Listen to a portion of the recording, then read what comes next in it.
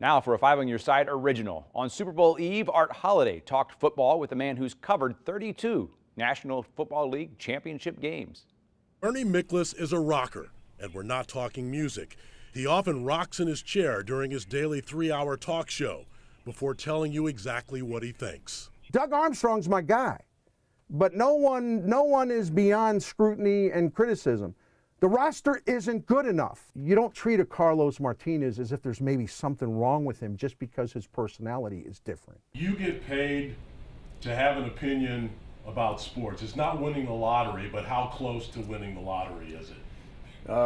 It is winning the lottery. In his office every day by 5 a.m., the 101 ESPN radio host is surrounded by personal mementos, a biography of his childhood idol, Johnny Unitas. He's certainly for that era the greatest quarterback who ever played. And there's the framed E Street Band memorabilia. Bernie has seen the boss 121 times. With apologies to Bruce Springsteen, baby, he was born to write.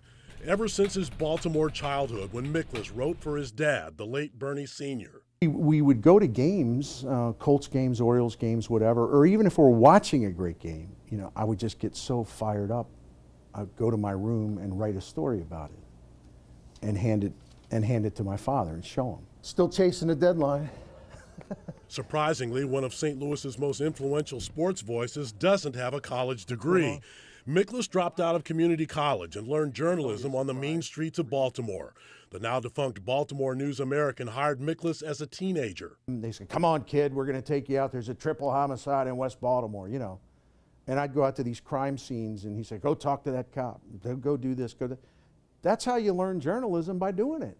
Before Miklasz left the Post-Dispatch after 26 years to concentrate on radio full-time, he estimates he wrote over 10,000 newspaper columns, including the 2005 NLCS in Houston, Game 5, when one column wasn't enough.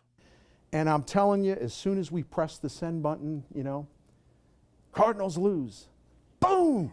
Pujols just hit a home run. He hit it halfway to Dallas. We got to rewrite our whole stinking column. Sometimes Bernie gets personal on the air, talking about his lifelong battle with weight. Just feeling stupid, worrying about my own health, knowing that I'm putting family and causing them worry.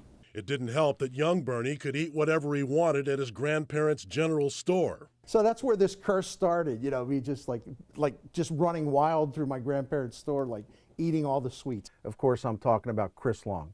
He's done a hell of a job for the Eagles. With several ex-Rams playing in the Super Bowl, it's a reminder that St. Louis is likely done as an NFL city.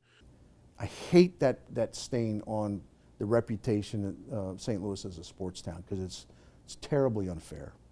I really think the Eagles got a hell of a chance to win this one. After covering 32 Super Bowls in person, Miklasz is happy to watch this one at home like the rest of us. And on the day after the game, listeners will know exactly how he feels about it. I mean, that's just stupid. Art Holliday. I'm all fired up now. 5 on Your Side. Bernie says weight control is the #1 challenge of his life and reports he's recently lost 50 pounds and feeling healthy. Good to see.